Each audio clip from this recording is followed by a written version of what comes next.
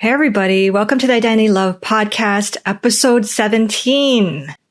Wow, I can't believe I made so many of these podcast episodes. I've tried to make a podcast for so many years, especially hard during the pandemic. I even bought a song for the intro and it was super professional and I had everything planned out. And then I listened to the first episode that I recorded and I couldn't stand it. It didn't sound like me at all. I didn't feel the passion behind it. And I didn't want to release something that I didn't feel 100%, well, not 100%, but just mostly good about. And so for me to have recorded now 17 episodes of a podcast that I feel like I'm coming at this from my soul. And that's what makes it so sustainable and so much easier when for so many years it felt like such a struggle. So this is me growing into more of my true self, the fullest expression of myself. And so I just wanted to talk about that real quick and celebrate that. And it's so interesting how different parts of us come out so much more, quote unquote, easier, because of course it takes time for me to sit down and take notes and write the podcast out and then sit down and record it. Sometimes it takes a few takes. So there is effort behind it, but it's so much easier, so to speak, when I am being a version of myself that is more fully expressed, more focused on my own identity than me. Back then, I think I was trying to be too serious of a coach. And now I am speaking in my zone of genius. And this is actually about what this episode is about, which is finding out where your true self really is. And before I get started on this, I just wanted to have a little disclaimer that I think should be applied to all of my stuff, because I very much want to make sure that I am not trying to be a know-it-all of you. Because this is the problem, right? As we go through life, there's so many people saying, this is who you gotta be, and this is who you truly are, and this is the right way to be, and it messes us up. And so I am going to give different pieces of advice and situations and say certain things, but I want you to take it with a grain of salt, and I want you to think, does it apply to you as far as your own personality, your own, wherever you are in your journey and your own situation, because it's not a one size fits all. And this is for everything. I say this about relationship advice as well. When you're scrolling through Instagram and Pinterest and you see all these relationship quotes and you start thinking, how does this apply to my own relationship? Maybe I should please more because it says here that partners who do this and this for each other stay together longer. I want you to stop and remember that not all advice is for you, including the one that I give you. And the stuff I'm providing here is just in case this is what you need to hear, in case this can help you out in any way along your own journey. I am giving you these things as just something to muse on, just something to kind of play around in your mind with, not just take as this hardcore, okay, this is the 10 commandments or whatever. And to just say, how can I play around with this in my mind? Let me see if this will shift something. And maybe it's not what you need to hear, but sometimes bits and pieces of it are. And so I just wanted to say that because the last thing I want to be for you is somebody who's telling you what you're actually thinking and feeling when you're not. And so take all of this as just something as a suggestion and something to play with, because that's what it's all about, is just expanding and playing and experimenting. Okay. And so I just wanted to preface this with saying, again, nobody teaches us how to be ourselves. If you feel lost right now, if you feel like, oh my God, I've given myself away, this is so awful. It really isn't. Okay. It's not that you had a class while growing up. Think about it. We had English, math, sciences, arts, history, foreign language. We had all these classes to teach us stuff about everything in the world. And there's never any class that teaches us about ourselves. There's no class, unless you went to a very special, amazing school, that sits you down and says, hey, let's talk about you as an individual. How do you feel? How do you think? What is your own identity in this world? And so it is not your fault at all if you feel like you are struggling to be yourself and you don't know who you are. Okay. And so the things that I'm sharing today are things that shifted my brain when I was starting to come up and out of hardcore identity loss and hardcore people pleasing. And so I realized that being your true self, it is a mindset. It is a way of thinking, right? Because self-expression and our identities, it is coming from our own state of mind. And so when we are blocking our state of mind by all the people pleasing and revolving around somebody else, our self-expression and our own identity, the way that we come out into the world and express ourselves as ourselves, is blocked. Because in our minds are blocked because they're so busy revolving around other people. Okay.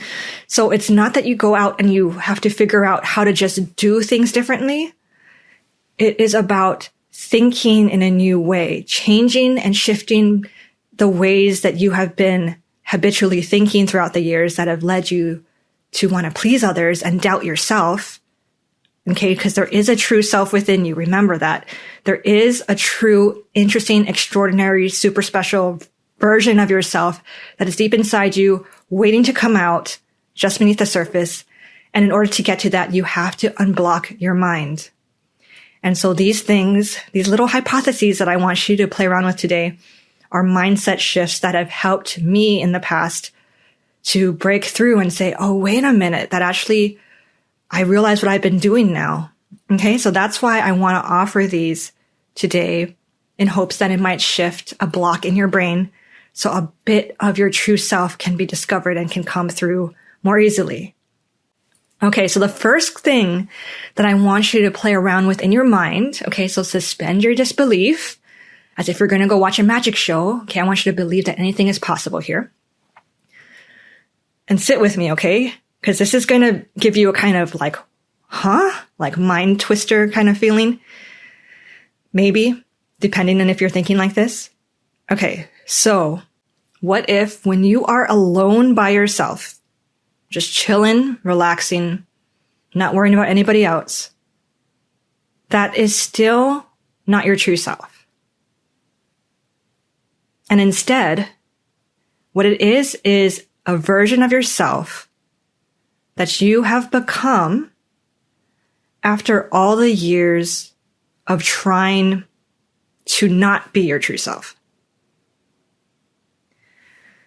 Okay, so tell me if you relate to this. You just had a long day, a long week of dealing with other people and working and running errands and tending to all the people in your life. And finally, it's the weekend. Maybe your partner and your family, whoever you live with, they're away for the weekend. And it's finally just you by yourself. So you come home and you think, oh my goodness, finally, I get to just relax. There's nobody to worry about, no one to answer to. I have a whole weekend to do stuff just by myself, just with myself.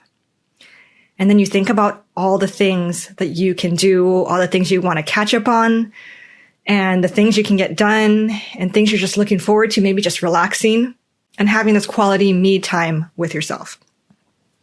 And then suddenly, it's Monday again. The weekend is done. And in the past 48 hours, you're not even sure what you even got done.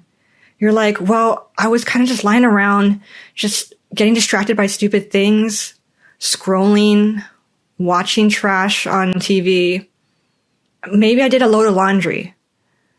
But then I was worrying about my boyfriend. I was worrying about my friends, what was going on. I felt like I needed to distract myself. I kind of zoned out and I just lay around for a bit. And then I tried to be productive, but then it didn't feel right. And I felt more distracted and anxious. Maybe I started some drama with my partner over something small just to see if he still is into me. I felt like I was not doing things the way that I liked it. I felt like I was just this procrastinating person. And that was not fun at all.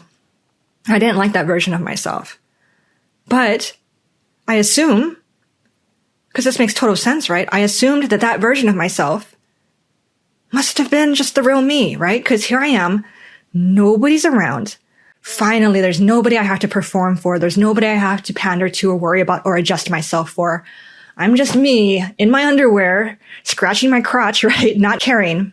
not caring at all about what anyone's thinking because there's nobody around to think anything about me. Isn't that then my true self? Right? Because if I'm people pleasing and caring about everybody else, and that's not my true self, then my true self, logically, must be the person that I am when nobody's looking.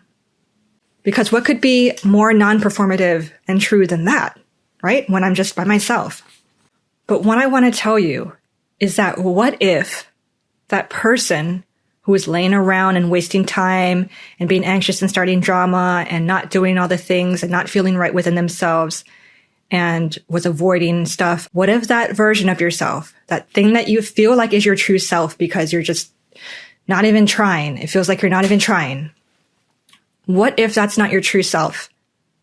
What if that is just the residue, the result of who you've become, this one version of yourself that you've become after going through life feeling like you're not allowed or that you don't know how to express your true self?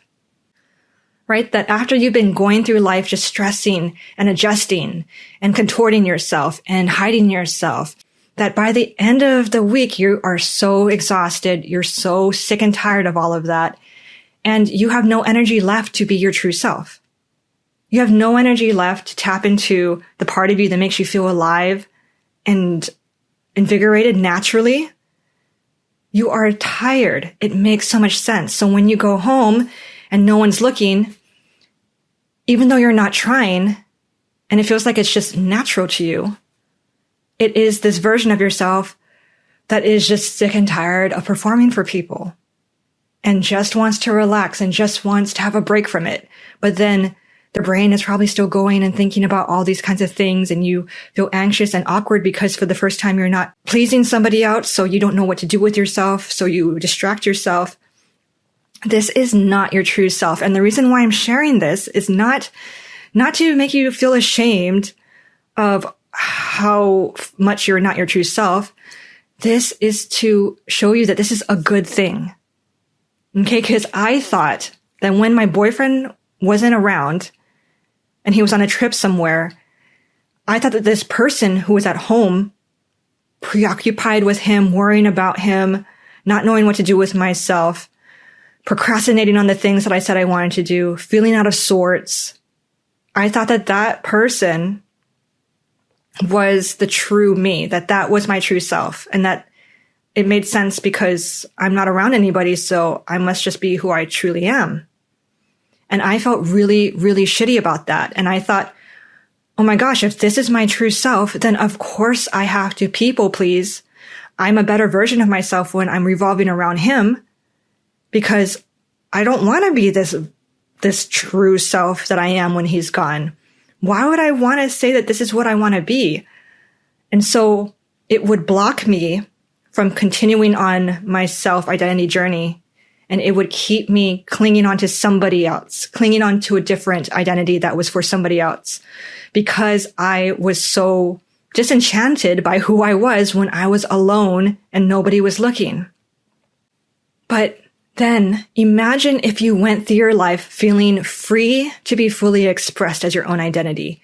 If you were going through life knowing how to just be yourself, how to just relax, how to not worry about what everyone else is thinking and what you needed to do to keep people around. If you were just chill and you had the confidence, the inner quiet confidence and the self-esteem to go through life in a way that made sense to you and you felt like you were expressing your true self.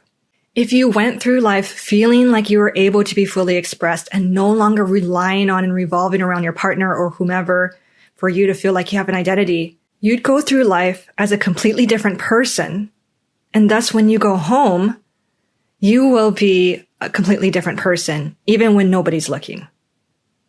You will be the version of yourself that has gone through life knowing what it's like to like themselves, to feel more expressed as themselves. You would be a different person when you came home. So even if the things that you wanted to do were the same, you'd be doing it with a whole different mindset, a whole different energy, because you were going through your life already self-expressed. You wouldn't be just wanting to crash out and hide and avoid or text your partner, you would be going and doing these things with a lot more peaceful energy, just a different vibe. Okay, so again, this isn't to compare and despair between where you are now and this version of yourself that is going out living their best life.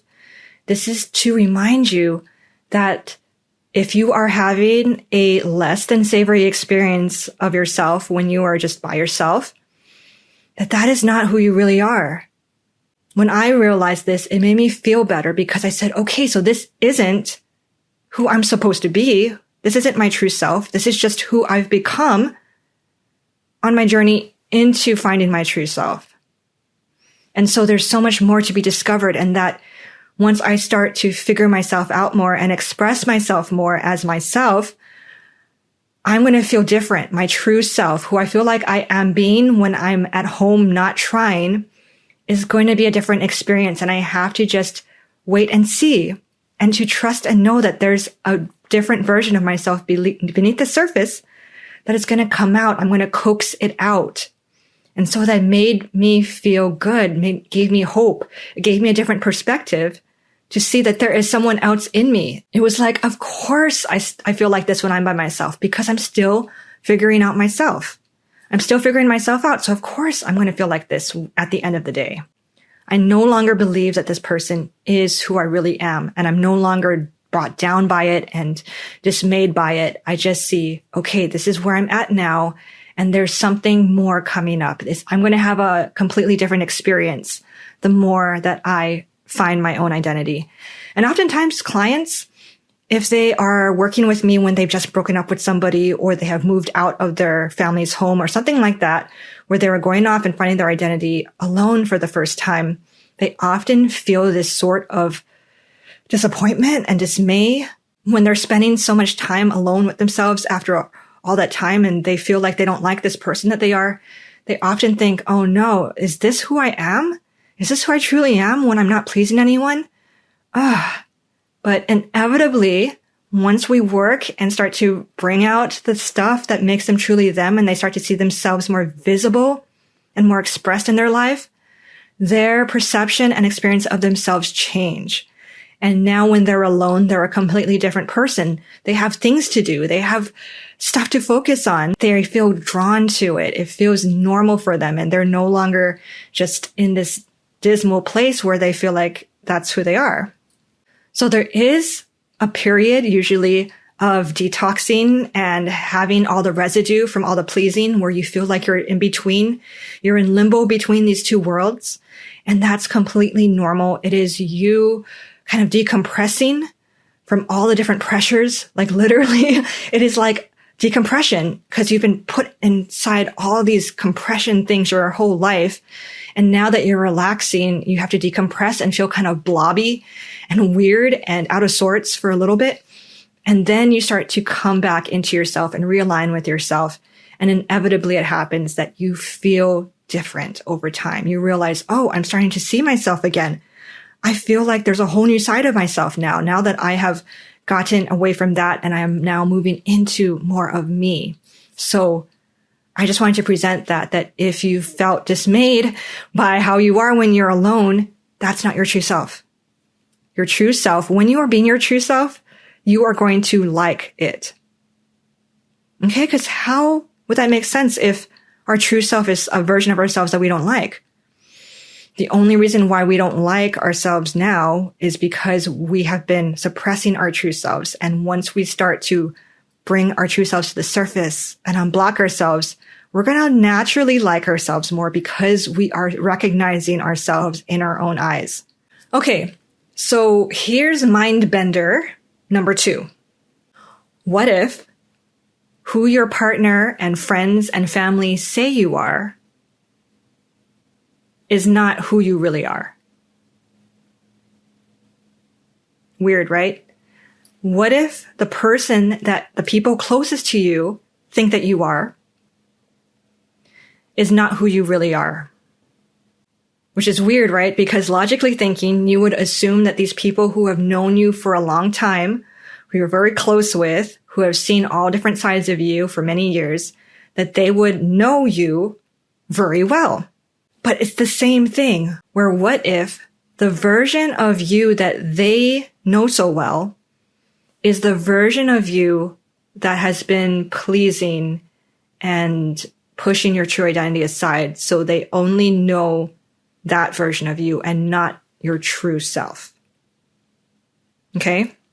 And I want you to think about this because I had a client who she thought that she was an anxious person. She was convinced that she's just an anxious person because that's what her partner and her family and all her close friends that have known her since she was a little kid have told her through the years. And then after we worked together and she transformed into a different version of herself that felt so much more true to her, and she stopped revolving her life around her partner and his family. Afterwards, she said, you know what? I'm not an anxious person at all. I would not call myself an anxious person. I'm actually, compared to many people, pretty chill and collected and have my wits about me. But my partner and my family always insisted that I was anxious. It's because they had only seen her when she was in her people-pleasing mode and giving her identity away and suppressing herself. Or you might have that friend from high school who knows your Myers-Briggs personality type and your astrological chart, and they think that they have you all figured out, and they like to label you saying like, oh, you're totally that character in the movie, or you're totally that cartoon character. That's you. Or like, you're Libra, so you're always going to be wishy-washy. I know how you are. That's how you've always been, right? We have this friend that for whatever reason, they are convinced that they know everything about you, and because they've known you for the longest time, but they have put you into a category. They just like to categorize you. This is what humans like to do because it's fun and it makes things seem simple, but it doesn't allow for growth. And so sometimes these friends that we've known for a long time, or family, or like we've known them since we were born, they still see us as the version of ourselves who is not our true selves. And so if we are relying on them to tell us who we are, and if we are doubting ourselves because of what they're telling us about saying, oh no, but you've always been quiet. You've always been like this. That's who you are. You've always been an anxious person. You're just an anxious person. If we start to keep listening to them and think that they know better than us, that can hinder our own self-expression too, because we're not allowing ourselves to think differently about ourselves and to prove to ourselves that our true selves are not the same person as who we are when we're partner pleasing. So even if they gave birth to you, even if you knew each other since you were out of the womb, that person may not necessarily know and understand you on this deep level where you're trying to grow and you're trying to expand and you're trying to express more of yourself. Okay, so what you need to do now is to just understand. Be understanding and loving to them and yourself, right? They're not doing this to try to hurt you for the most part. They just think that they know you because they've known you for so long. But you also have to be understanding to you and say, I know myself better because I feel it in my soul. And that I do not want to keep this old identity that they keep trying to reinforce with me. I'll allow them to say it to me, but I'm going to choose to not believe it. Or maybe I want to set up some boundaries. But it depends on how it works, right? Sometimes parents or old friends or whatever, they don't take to that well. So just whatever you can do, of course, communicate. But it's mostly a mental thing. Like I said, it's a way of thinking. It's a mindset. You can let people tell you whatever they want, but it just depends on what you allow into your own mind, into your own beliefs about yourself. You can understand that, yeah, they're going to have a concept of you because that's what they've seen of you for all these years. But trust that the more time that you live as more and more and more fully expressed as your true self, they will eventually adapt to this new version of you. So even if they're saying all these things that no longer align with what you feel like your true self is, over time, they're going to have to adjust because you're no longer going to match that. You're going to say, well, that's who I used to be. This is who I am now. So all of this is to say, if you feel like someone that supposedly knows you really well is messing you up a little bit inside because they keep telling you things about yourself and you feel like they should know you, I want you to question everything. Okay. Because they can know you and they can remember their experiences with you, but nobody can know you deep inside and who you truly are. Okay? So a lot of times clients get confused because they say, well, I don't know if that's truly who I am because my mom says this or my friend from back in the day said this. And I want to tell you, they don't know you that well. Okay, they don't know you on a deeper level. Only you know you. So don't let anybody who's not you have the authority to tell you who you really are. Okay, you're going to express yourself as your true self, and they'll get to find out your true self and get to experience a whole different, more fully expressed version of you. But for the time being, there's going to be a period where there's going to be some dissonance, where they're going to be confused because you're being different. But that's part of the process. Okay, so after all that, when are you being your true self, right? If you're not being your true self, when you're around all these friends and family who have only known you during your people pleasing, and if you're not being your true self, when you're alone by yourself, when are you ever being your true self? Okay, so this is hypothesis number 3.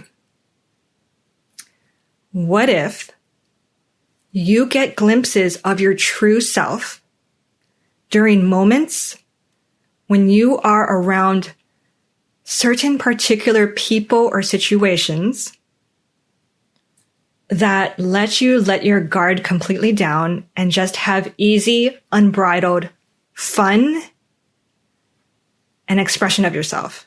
And here's what I mean by this. So I remember being at a house party with a particular group of friends, and they also had their friends over whom I wasn't familiar with. But then we started to have this silly dance moves competition where we were all dancing, and it was all about who can dance the stupidest, right? Who can make the funniest, most silliest dance moves. And it was hilarious. I remember, I don't even know if I ever even thought about myself, which is really interesting because you would think when you're acting like a total fool at a house party that you would be more self-conscious, but it was the situation. It was the particular friends, and they were all into it too, where they're being super silly and doing all these stupid moves that were so funny. I was just laughing so hard, and I was pulling out all these really, really like extra stupid moves, and it was just so easy and fun. And I never thought once that whole time, oh my God, am I doing this right? What are they thinking? How am I being? And I normally hate icebreaker kind of stuff where it's like, okay, everyone, let's sit around and share something about ourselves. But with this, where it was just this natural, silly thing, all of a sudden, I felt much more easily inclined to talk to all their friends because we had all just danced ridiculously in front of each other and we're just laughing and like wiping our eyes because we've been laughing so hard. And I just watched everyone be absolutely stupid, and they all just saw me be absolutely stupid. And it felt like we had just opened up some connection where all of a sudden I just wanted to talk to them. And I said all these different things about myself. And I felt like I could be a little bit more weird and a little bit more expressive easily about myself versus if it was this proper, oh, let's just try to look sexy and cool when we're dancing kind of vibe.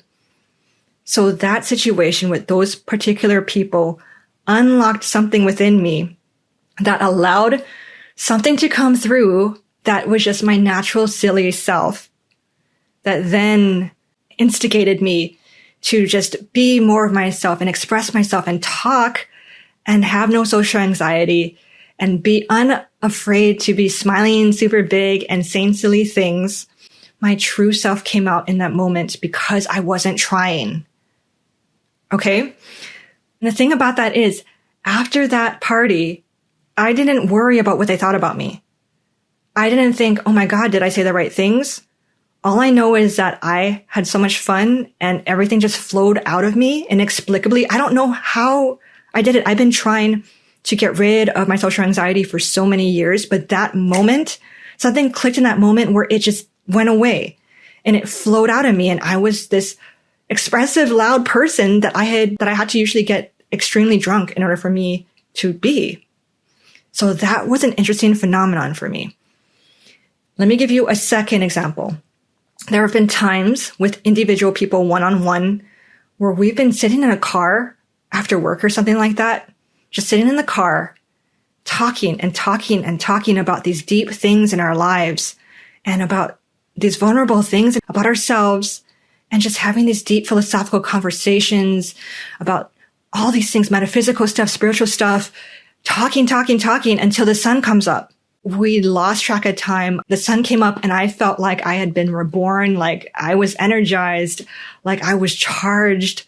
And I had just talked for a whole handful of hours intensely with this person, and I didn't feel tired. I felt like my soul had been seen. It felt like I had just easily just expressed myself with this friend.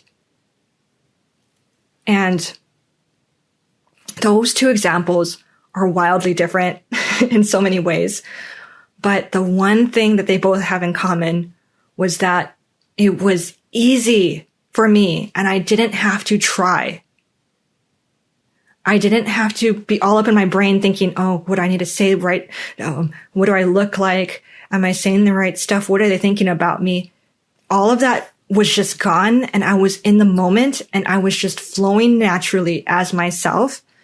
And that is when I was having a glimpse of who I truly am. Right? It felt easy. It felt energizing. It felt like it was coming from my soul. Like I didn't have to figure anything out. And it felt fun. Even the deep talks felt so fun, because that's what is fun to me, and being silly and all of that stuff. And I realized that is my true self, because in that moment I am flowing from a place where it is just coming out of me naturally and I'm not trying, but yet I am doing something that makes my soul feel like it is being seen and like it is just something that I love doing and it's natural to me. Okay, so natural isn't just the curmudgeon-y, grumpy person I wake up as in bed after worrying about my boyfriend all night and just being like, ugh, is this just me just waking up, not trying? Is this who I really am? No, when you are getting glimpses of your true self, it is going to feel like that moment was magical, like it was effortless, and like something had happened there where something allowed you to come out and express yourself freely. Okay, so think of those moments in your life. It could be tiny fleeting moments. I remember there was a moment in summer school or something in high school where they gave us an assignment where you write out this fantasy of your perfect house or something like that. And me and the girl next to me, we were just sharing with each other, oh my God, I'm living in a mansion and there's a grand piano in the front yard and there's topiary everywhere.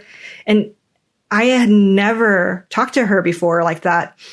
And normally I would be so self-conscious of everything I was saying and trying to think, does she like me? Am I doing it right? But something about that assignment and in that moment, it just felt like something was flowing. And it was because I was getting to be dreamy and imaginative. And something about marching band. Marching band was the only thing in high school that made me feel good about high school. There's something about it where you come together and you work really hard and then you present this badass show where everyone's playing and it's got the music and you're coming together. There's so many things. I'm getting goosebumps about it, just thinking about it right now. But something about that made me feel like it was not effortless because you had to work so hard to be in marching band, but it felt like my soul wanted to be there and that it was expressing myself naturally. But think of things like that. Think of little moments. It doesn't have to be these profound instances. It could just be something small. But notice those moments where you felt all of a sudden like it was so fun and so easy to be yourself. And you might have even doubted if that was your true self because you were so expressed in that moment, especially if you're normally kind of shy and reserved, that you would have thought, oh my God, what just happened there? How did that happen? Or there's a moment maybe where you were doing something that just felt so good because you're working with people on the same thing and you had the same vibe going on. So notice that in certain situations, in certain instances, that you feel in flow with yourself. And that is your true self. So I had to really tune into these parts and say, the silliness I need some freaking silliness in my life in order for me to feel like myself. I can't just be walking around trying to be super polished all the time. I have to let my little weird things come out, and I have to be silly, and I have to say things, and I have to joke around and let myself be a little louder sometimes around the right people in the right situations. Same with the deep conversations. For a long time in all my relationships up until the one I'm in now, I tried to tone down the deep philosophical talks because my other boyfriends didn't want to hear it. My ex literally told me, he's like, baby, shut up. Right? That's what he told me when I was trying to talk about something a little bit deeper than whatever. But I felt like I couldn't go there. That somehow was wrong until I was around certain people where it just flowed out of me. And I realized that is my true self. And when you are being your true self, you feel so good in that moment because it's your true self. Okay, so focus on these moments where it feels truly right, where it felt so good, where it just came up and out of you. And it's such a different feeling from those moments of validation and someone else telling you good stuff about you and you feel good in the moment, but you still have that anxiety that you need to upkeep that. It's so different from that because in those moments, you're not even thinking about yourself. You're just thinking about how good it feels to just be. Like you're just being and expressing. Okay? It's so weird because I was so in my own realm when I'm silly dancing and when I'm talking about deep stuff, but I also forget myself. I forget about what I look like, what I'm saying, what I'm supposed to say. I stop worrying about how I'm coming off to others. And I am just feeling like my words and my personality and my exuberance is just coming forth from me. And it is a spiritual experience after people pleasing for so long. And that is your true self. Those moments where you felt that, even if it felt like it was the most insignificant, silliest moment ever, those are super important cues and clues to who you really are and that you need to be more of that. That is a moment when you were expressing, when you were saying certain things in a certain way, that was part of your true self coming up and out because it had a way out in that moment. And so I want you to think and hold on to these moments. I want you to bottle up that feeling of how it felt when you were having these moments and keep that as an example of you. That when you're being yourself, that is who you are. And notice that these moments are versions of yourself that you like, that you think are good, that you saw a side of yourself that you approve of and say, wow, I didn't even know that was in me, but that was pretty cool. That's who your true self is, right? This little bottle with your true self energy in there. Keep it with you. So those days when you look at yourself when you're just home by yourself, remind yourself that's not who you really are. The more that you become your true self and you become more fully expressed, you're going to feel more of those feelings that you felt in whatever situations you had when you felt fully expressed. And this is what I help you do. If you need help figuring any of this out or understanding it or making sense of it, this is what I do. I help you recognize these things and make it incorporated into you, to turn it into parts of you, to make it make sense to you. I uplift these things. These things are so special. When you and I work together, it is fun. It is freeing. It is unlike anything you've ever experienced in your life. And it is going to uplift you into yourself in such a fast and powerful way. All right. So I hope I gave you something very interesting to chew on today. Go through your life this week, questioning when you're your true self and noticing that your true self comes out when you're being the version of yourself that feels the most alive and easiest and funnest. All right. I'll talk to you next week. Bye-bye.